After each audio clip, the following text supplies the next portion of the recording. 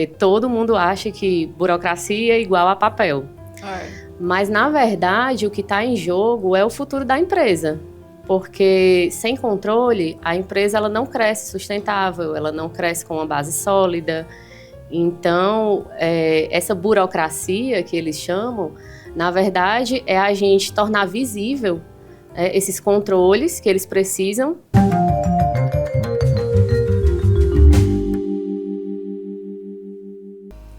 E hoje a minha convidada é uma pessoa super querida. Para quem vai ver aqui, ela sério, mas ela não é essa pessoa séria. Vou logo entregar, viu? Eu tô com a Lília Barbosa, que é engenheira de produção, especialista em segurança do trabalho, mais de 10 anos de experiência em gestão de processo, qualidade e melhoria contínua, atua com foco em ISO 9001, mapeamento e otimização de processos, análise de risco, criação de indicador. A mulher é a mulher, ela sabe muito. Então, muito obrigada por ter aceitado o convite. Nada, o prazer é meu. Eu gosto que ela entende muito, viu, gente? Ela tem essa carazinha assim de novinha, mas a bicha já tá aí no mercado um tempo. Só a cara mesmo. E aí, Lília, pra gente começar, quando a gente fala em controle de produção, é lógico que vem na cabeça do empresário assim, lá vem burocracia, lá vem chatice, né? Eu não queria pensar sobre esse assunto. Então, quando a gente fala sobre isso, o que é que está em jogo ali? O que é que isso significa? Por que isso é importante? Realmente você foi direto do sinônimo, porque todo mundo acha que burocracia é igual a papel. Mas, na verdade, o que está em jogo é o futuro da empresa. Porque, sem controle, a empresa ela não cresce sustentável, ela não cresce com uma base sólida. Então, essa burocracia que eles chamam, na verdade, é a gente tornar visível esses controles que eles precisam, porque eles precisam de informação para tomar decisão. É ter mais clareza, né, sobre as coisas que estão acontecendo ali. E isso eu acho que é uma coisa que tem muito no segmento aí, no mundo empresarial, que é tomar decisão em cima às vezes, da emoção, do que a pessoa acha, né? É isso mesmo. Não tem ali o fato concreto. Não, muitos não têm. Muitos não têm, assim, dimensão, às vezes, do que está acontecendo dentro da empresa, justamente por essas faltas de controle, as percas que não estão identificadas, as percas invisíveis. Às vezes, algumas coisas que o próprio operador ele diz que isso já faz parte, já é assim. E aí a empresa simplesmente segue daquele jeito e achando que porque está vendendo, porque continua faturando, tá tudo bem, tá tudo sob controle. E nem sempre é. E assim, eu acho que é legal a gente até trazer aqui alguns exemplos, né? Porque a gente já viu, inclusive, cliente que às vezes quer tomar uma decisão, aí quando a gente começa a fazer pergunta, eu acho que é muito bacana essa coisa de ir fazendo as perguntas, né? A gente percebe que não, foi uma situação, eu vou mudar aqui o meu processo produtivo. Sim. Mas por quê? Não, porque aconteceu a situação X, certo? Aí a gente começa, né? Com que frequência, que impacto teve, quem estava lá, enfim. E nunca tem. E geralmente não tem esse histórico. Geralmente é quando acontece uma situação assim que fugiu do controle e que pra gente, né, que a gente já sabe quando uma empresa não tem processo, todo dia vai ser diferente. Então a empresa tem que estar preparada para qualquer coisa, inclusive coisas ruins. E o processo, não, porque ele torna o dia a dia mais previsível. Então, eu tenho mais controle do que pode ou não acontecer, eu tenho soluções mais imediatas para situações que podem ocorrer, porque eu tenho histórico. Justamente como você falou. Então, realmente essa falta de mapear, vou dizer logo mesmo assim, a palavra né, que a gente usa, de mapear o processo, que o que é o mapa? É detalhar um caminho. E dentro da empresa, o mapeamento é isso mesmo. É trazer ali para o papel, primeiro, todos os detalhes, observar como é que acontece no dia a dia, porque sem essa observação e sem detalhar, a gente também não consegue ver pontos críticos, e aí fica mais difícil também sugerir melhoria. E é bacana isso que você está falando, assim, de mapear. e a gente passa isso muitas vezes, né, na prática, que quando um empresário ele contrata, né, assim, alguém para fazer esse trabalho, ou um profissional fixo, ou uma consultoria, enfim, a gente percebe que às vezes ele fica assim meio desconfiado, né? Mas para que perder tanto tempo com isso? E aí quando a gente começa a descrever as coisas e as coisas começam a vir à tona, aí daqui a pouco é muito bacana quando a gente vê que até eles se surpreendem. É. Nossa, isso aqui acontecia? Não, como assim? Porque muitas vezes a empresa estabelece ali uma rotina, só que na cabeça do empresário, aquela rotina que ele fez bem no início da empresa, né? Quando ele fundou tudo e que ele estava ali mais no corpo a corpo, ainda está acontecendo. E aí, quando a gente começa a descrever, as coisas vão ficando mais claras, né? E ele vai vendo que se perdeu, que não é muito... Na verdade, é como se fosse expandindo na cabeça dele, né? Porque, assim, é muito comum os negócios acontecerem porque alguém resolveu empreender, e aí o olho do dono, que ele sabe fazer tudo, que ele conhece tudo, e ele tá lá todo dia.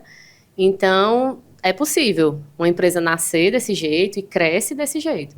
Só que aí ele esbarra justamente nesse crescimento, porque ele cresce até certo ponto. Então, depois ele quer continuar crescendo. E aí foge totalmente do controle dele. Porque são mais pessoas, mais processo, mais produto que ele vai ter que produzir, ou serviço que ele vai ter que entregar. E aí ele começa a entender assim, poxa, eu não tinha noção que poderia acontecer isso. Porque quando eu estava lá, funcionava desse jeito. E aí eu saí um pouquinho, parece que as coisas não funcionam mais, porque eu não estou lá. E às vezes nem é isso. Às vezes, não é porque o fato dele estar lá vai funcionar, se for uma empresa grande já. Não vai funcionar, porque vai ser humanamente impossível ele dar conta de tudo. Sim. E aí ele precisa estruturar, né, ter uma base sólida, ter as pessoas certas nos lugares certos, para que elas possam desenvolver de acordo com a cultura que ele estabeleceu, Perfeito. Que ele quer seguir. Eu gosto muito de trazer esse mapa mental, sabe? Porque para mim funciona muito bem, aí eu fico imaginando que para quem está ouvindo também. Se a gente for pensar assim numa empresa, né, que acabou de contratar um engenheiro de produção, Sim. O que é que essa pessoa vai fazer ali? O que é a expectativa de quem está contratando? Certo. Eu escuto muito essa pergunta assim, e o engenheiro de produção faz o quê? E aí eu resumo assim, resolve o problema. E aí, normalmente tudo começa com aquele momento de observação, né? E é uma observação totalmente sem julgamento. Porque se a empresa chegou até o ponto que chegou daquele jeito, mesmo que ela tenha vários processos que não estão tão legais, é porque alguma coisa de certo ela fez no meio do caminho. E aí o trabalho é exatamente identificar o que é que ele faz bem e fortalecer aquilo. E identificar também aqueles pontos, bicho, aqui não tá legal, pode se tornar um gargalo, ou já é um gargalo. E às vezes, para o dia a dia da empresa, nada mais é do que a rotina, porque as pessoas só se acostumaram com o problema. E aí o engenheiro de produção, ele vai ter esse olhar crítico e, ao mesmo tempo, amplo, sistêmico. Ele vai olhar como que essa engrenagem funciona. Porque dentro da empresa, as pessoas só olham ali o seu setor. Sim. Difícil, ou então, no máximo, próximo, para quem ela vai entregar. Ou então vai reclamar de quem ela recebe. E aí a gente começa a ter essa visão, né, entender por que alguém está entregando de uma maneira que está prejudicando o outro, ou fora da expectativa que o outro tinha. E aí a gente vai construindo ferramentas, né, fazendo os controles. Às vezes uma planilha, se a empresa tiver sistema... Talvez o sistema não esteja sendo utilizado da melhor forma. Que geralmente não é, né? Geralmente não é. E aí, ou então a empresa, eu vou contratar um sistema para isso. Agora eu vou contratar um sistema para outra coisa. E às vezes nem precisa.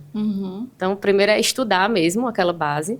E depois identificar esses pontos críticos onde é possível melhorar. E a partir dessas pequenas melhorias, que a melhoria contínua é exatamente isso, essas melhorias no dia a dia... é que a gente vai transformando uma cultura. Perfeito. Então, entra aí um processo de observação, né? vem um processo de mapeamento. Nesse processo de mapeamento, dá para identificar ali os gargalos, mas também dá para identificar, às vezes, um fluxo, né? Sim. Às vezes que o gargalo pode ser físico, mas pode ser de gente. Sim, dá para identificar, inclusive, pessoas que não estão na função mais adequada. Dá para identificar pessoas que propositalmente elas estão ali onerando aquele processo, atrasando alguma coisa. Dá para identificar, de repente, uma matéria-prima que ela não está sendo totalmente eficiente para o produto, né, para o produto final. Dá para identificar tudo. Tudo Sim. mesmo. De acordo com o objetivo que a empresa quer. E aí, o primeiro, antes mesmo dessa entrada, né, de observação, a gente sempre tem que entender o que é que o empresário quer. Ele quer melhorar a cultura, ele quer melhorar só um processo específico, ele quer estudar uma matéria-prima, ele quer melhorar uma eficiência de máquina, é um layout. Então, vai realmente depender aí da demanda. Então, é bem customizado. E eu acho legal, aí eu vou dizer uma coisa que eu sei, né, porque eu conheço pessoalmente, né, que é você conseguir chegar, você, Lília, né, que eu tô falando, conseguir chegar ali numa produção e ter essa leveza de falar com o colaborador de um jeito em que ele se sente tão confortável. Eu acho que ela faz um carinho de anjo, que aí ele começa a dizer tudo, né, assim. Não é que se faça, eu sei que não é que você faz isso com uma má intenção, mas traz uma abertura para trazer essa clareza, né? E as pessoas vão falando, às vezes, até achando que elas estão arrasando ali, né? Exatamente. Acontece demais. E é assim, aquele olhar sem julgamento. Então, quando eu chego e eu tô só querendo entender o que a pessoa faz, ou eu escuto, porque, assim, é uma necessidade, acho que mundial, do ser humano ser ouvido. É verdade. E dentro das empresas, isso é mais forte ainda. E as pessoas que sabem resolver todos os problemas, elas estão dentro da empresa. E acontece que a gente começa essas conversas e aí facilmente a gente consegue identificar, mas tu já tentou assim e dessa forma? Aí a gente escuta assim, não, antigamente era desse jeito. E mudou por quê? E quando a gente vai entendendo a história dessa pessoa, aí eu acho que nasce esse ciclo de confiança, né? Sim. Nasce. E as pessoas começam a acreditar, poxa, eu acho que essa pessoa agora pode fazer diferente. Então, eu posso até entregar já que o diferencial talvez seja a escuta. Sim, e fazer as perguntas ali bem chaves, né, para aquela pessoa entender que existe uma verdade, né? E que existe uma solução para um problema que ela só se acostumou a ter. Perfeito. Quando a gente está falando também, né, de processo produtivo, é muito comum ouvir falar em PCP. O que é PCP? Por que ele é importante? Onde é que ele se aplica? PCP, pela definição, né, planejamento e controle de produção.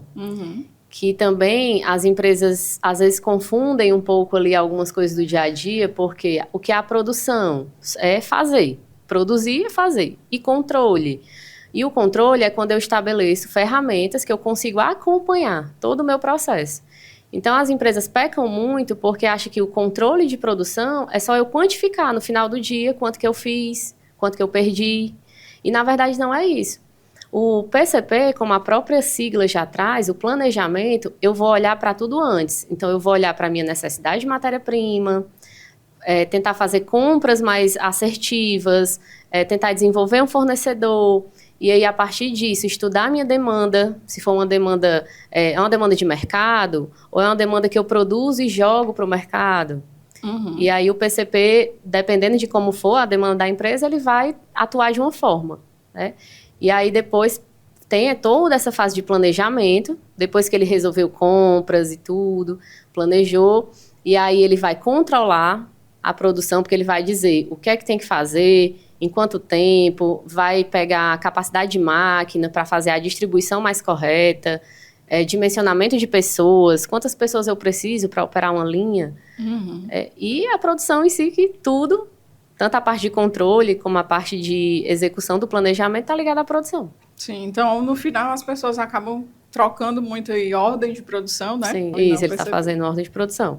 Ele está dizendo para a produção quanto que ela vai produzir e talvez, dependendo de como for a ordem de produção, ela pode trazer outros detalhes de não só o que produzir, mas em qual máquina produzir, porque aí o PCP pode decidir, mas naquela máquina eu tenho mais eficiência, ou dependendo da minha necessidade de produção, de velocidade, eu posso fazer esse jogo aí, né, mudar de um canto para outro. Então o PCP ele tem que ter essa visão assim macro de toda a capacidade mesmo dentro da indústria. Perfeito. Se a gente pensar aí nas empresas que você já passou, né, na experiência que tem algum processo que, em geral, as pessoas acham que elas estão fazendo certo, mas, na verdade, elas estão fazendo errado? Tem. Eu diria até 2. 2, vamos lá.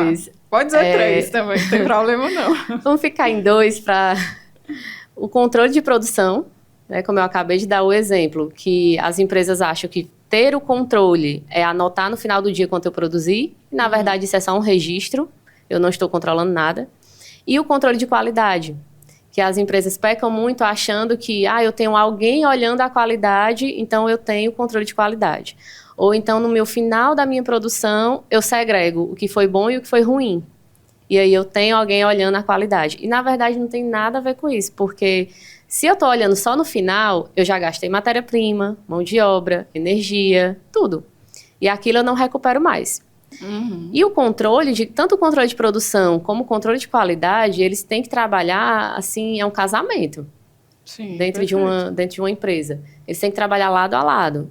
E a qualidade, ela tem esse papel fundamental de acompanhar todo o processo produtivo. Ela não é responsável pela qualidade. Porque a qualidade, ela é responsabilidade de todo mundo. Do operador, da manutenção, de todo mundo. A diferença é que a pessoa da qualidade, ela tem um tempinho a mais para dedicar, para ter esse olhar.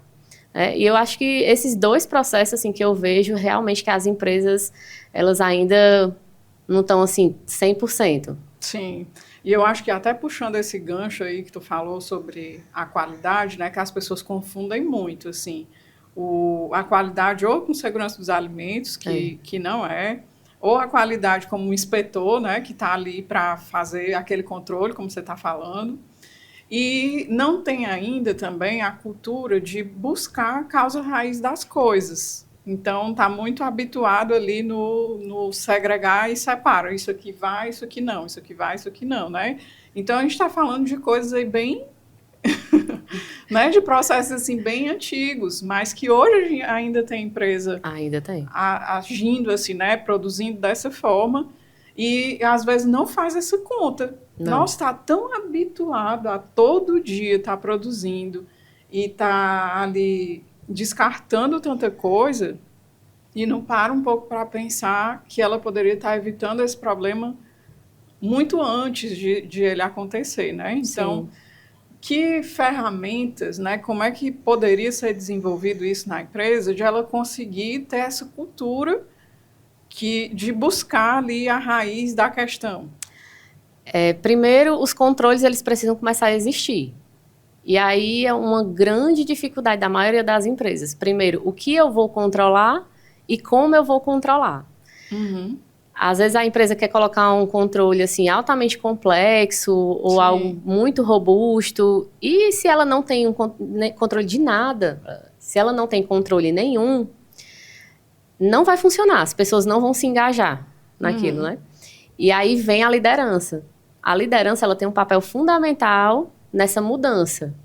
Porque a liderança, ela tem esse papel de trazer a visão do colaborador, olha, a partir de hoje a gente vai ter aqui essa ferramenta para ajudar a identificar os problemas do dia a dia, para a gente poder tomar a solução mais rápido, isso, deixar de te atrapalhar, ou a gente ter menos retrabalho, ou a gente ter menos horas paradas aqui dentro da produção, às vezes por uma manutenção, ou um setup de máquina, e aí tudo isso vai contribuir.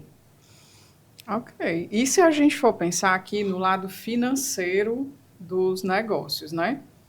O que você mais enxerga que o empresário ali, ele pode estar perdendo dinheiro, mas ele não consegue ter essa percepção?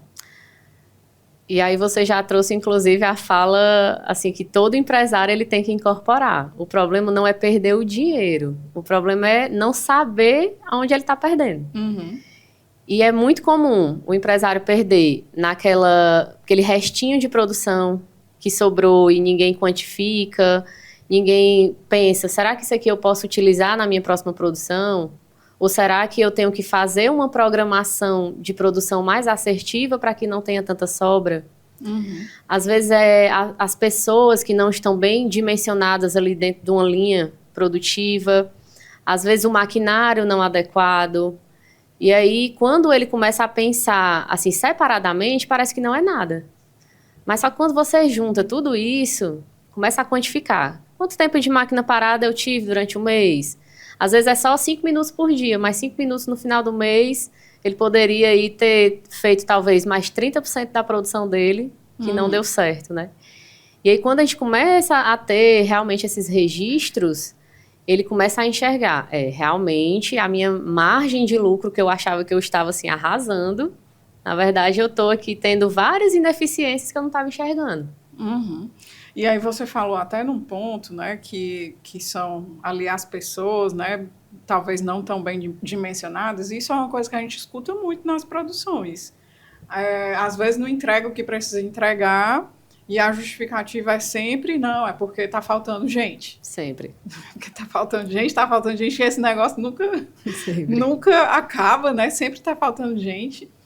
Como é que o empresário pode fazer para ele conseguir ter essa segurança? Assim, não, eu sei que para eu produzir X, eu preciso ter uma pessoa nessa função, 2 nessa, 3 nessa.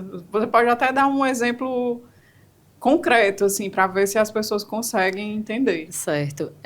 Eu acredito que o mapeamento do processo, ele vai responder essa pergunta, porque eu vou olhar para o todo. Uhum. Primeiro eu preciso entender esse processo, né, de o ponta a ponta, e aí eu consigo identificar em qual etapa eu gasto mais tempo, eu preciso de mais gente. Durante esse trabalho, se for uma linha que ela está ali funcionando, a gente também consegue identificar a pessoa que ela tem mais velocidade do que outra, ou que tem mais um critério, às vezes critério de qualidade, e de repente na linha o critério de qualidade é importante, do que outro. Um exemplo, eu passei por uma empresa que era produção de castanhas. E aí o pessoal ficava fazendo aquela seleção, a esteira passando e o pessoal fazendo a seleção. Sim. E aí veio uma menina e ela ficou observando, né? Não, eu quero ficar aqui, porque ela achou interessante. Quero ficar aqui, achei legal. Só que aí, no dia a dia, ela viu que a pessoa precisava ter velocidade e entender o critério de qualidade que a empresa tinha estabelecido naquela linha. Aí aquela pessoa, para aquela etapa do processo, ela já não era a melhor pessoa. Ah, mas ela tem outras qualidades, ela tem outras aptidões, então vamos colocar ela no que ela é boa. Sim. E aí ela era muito boa, por exemplo, em questão de organização e tudo. Então, na alimentação da linha, que precisava entrar assim de uma forma mais conforme, né, de uma forma mais organizada, para ela foi excepcional. Então é esse olhar assim, bem atento a realmente entender quem se encaixa em qual lugar, né? E aí a gente sabe que a grande maioria tentam ali crescer no olho, né? Como a gente já falou, que é muito no feeling, sempre foi fazendo daquele jeito, deu certo. Mas quando é o momento, assim, que dá para saber que não dá mais para ser no olho, que, olha, eu preciso parar e organizar aqui a minha casa, né? A gente escuta muito isso, às vezes, de clientes que contratam, eles conseguem perceber. Não, eu reconheço que nesse momento eu preciso organizar a minha casa para eu conseguir dar o próximo passo, né? Então, quando é que tem essa clareza? É assim, meu sonho era que todos já tivessem na cabeça de começar organizado, começar direitinho, né? Vou escrever os meus processos. Sim.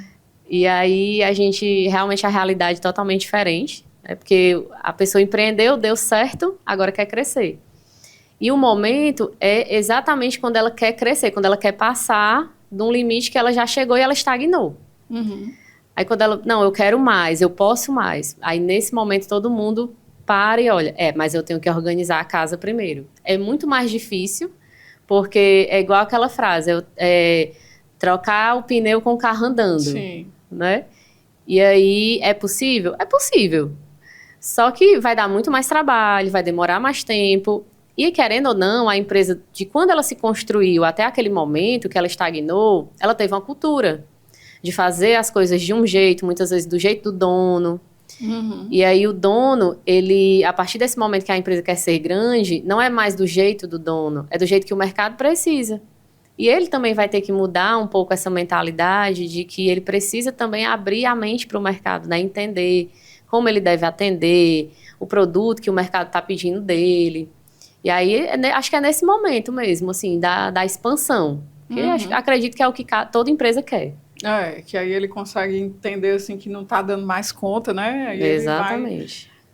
Mas você falou uma coisa importante, né? Que a gente, como engenheiro de alimentos, também sente falta de a empresa contratar ali antes de tudo já estar funcionando, né? Seria o mundo ideal, tá? Eu estou ali no planejamento e tudo, porque aí vai ter um olhar de um profissional. Digamos, né, que alguém trouxe um engenheiro de produção quando a empresa ainda está nascendo. Qual vai ser o papel? Né? Porque a gente tem muito essa visão de consertar o que já está tudo desorganizado. Como é que nasce certinho? Pronto. A primeira coisa, a gente vai estudar o layout.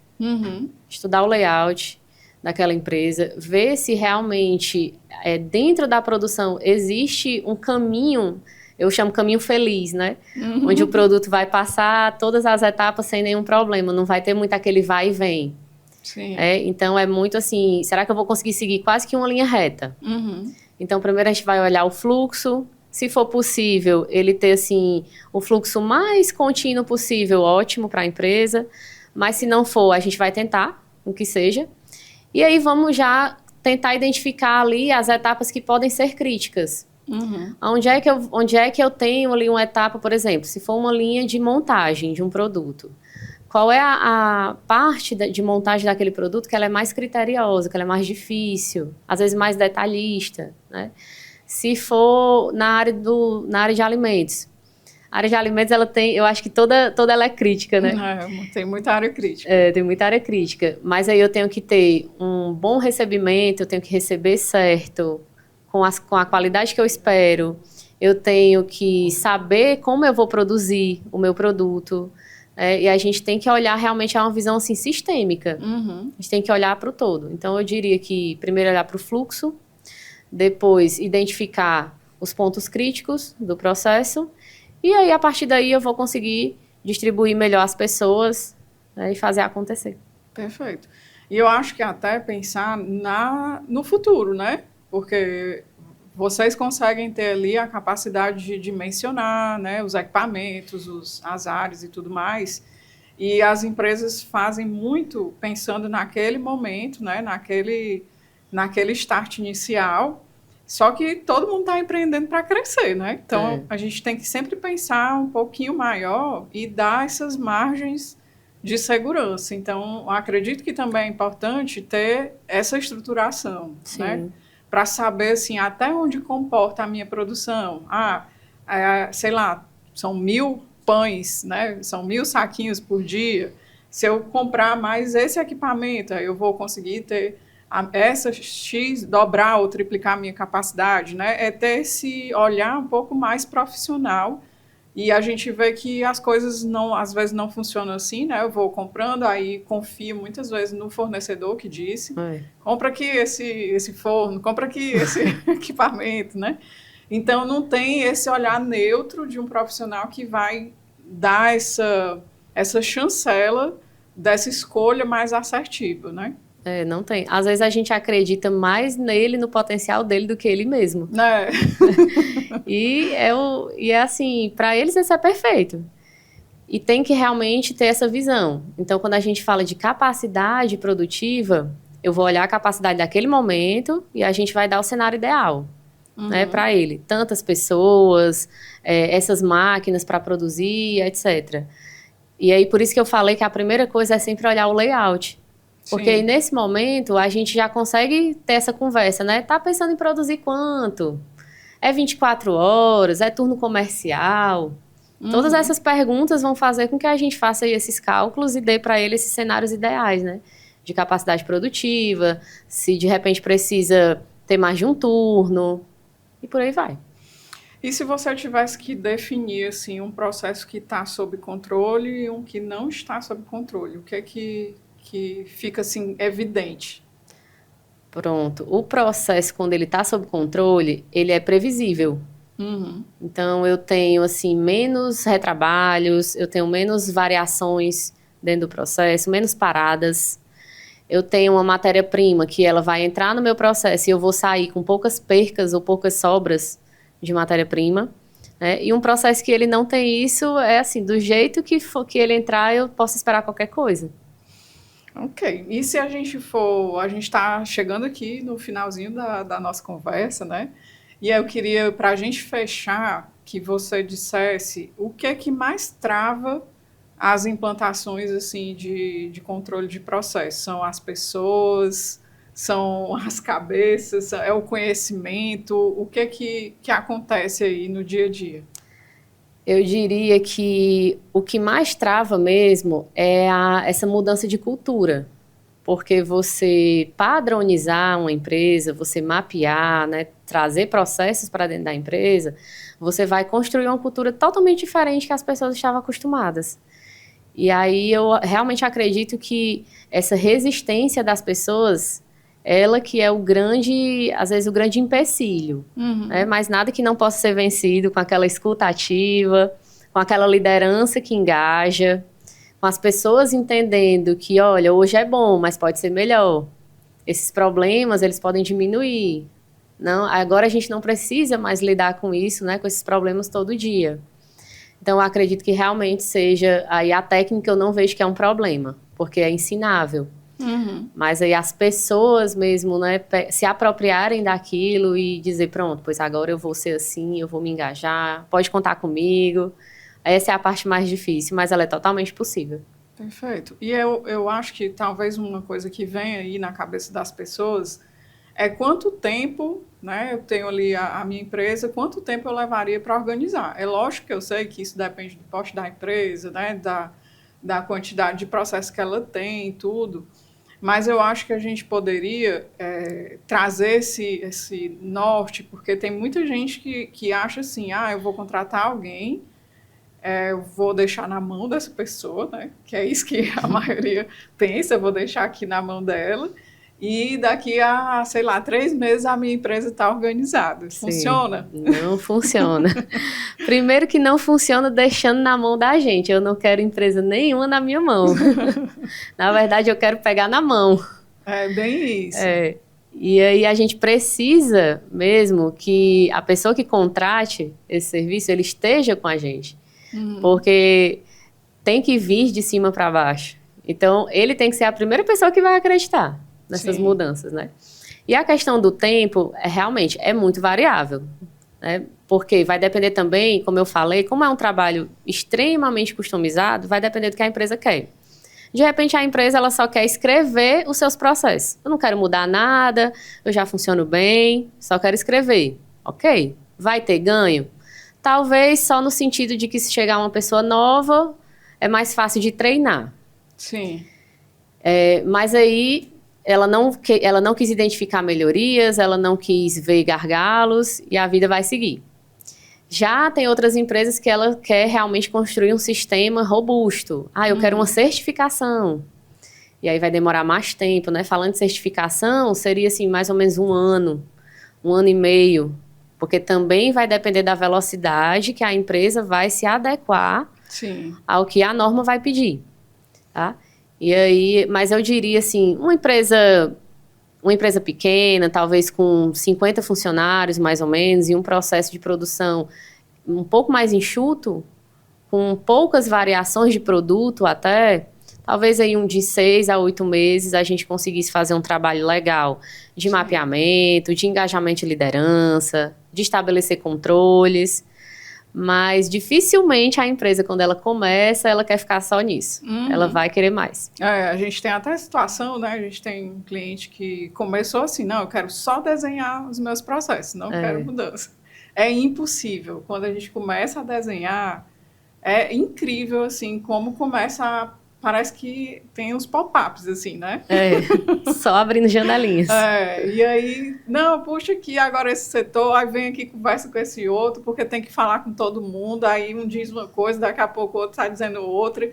E é incrível como as coisas começam a surgir e você não consegue só escrever. Primeiro vai ter ali que arrumar e depois, de fato, escrever. Que é bacana, né? Ter tudo isso escrito, principalmente pela crise de mão de obra que a gente está vivendo, né? Então, às vezes você treina aqui uma pessoa, com 2 meses ela foi embora, aí você vai fazer isso tudo de novo. E a gente tem algumas situações assim, que está tudo escrito, né? Depois que foi ajustado, tudo lá escrito, até com vídeo. Isso facilita muito essa entrada da pessoa nova, de ela não estar ali só ouvindo o que o outro que já estava no setor está repassando já com vício, né? Exatamente. E a gente escuta muito assim, sou novato. E aí, como é que foi teu treinamento? Não, me botaram aqui e eu tô aprendendo. Uhum. Mas aí tá aprendendo. E se o outro estiver fazendo errado? Já tá aprendendo errado, né? E aí esse trabalho, ele vai realmente trazer essa facilidade pro dia a dia, né? A não dependência de pessoas chaves mesmo, que seria assim o sonho que todas as empresas colocassem isso na mente. Assim, é bom a gente ter aquelas pessoas que a gente pode contar, é ótimo.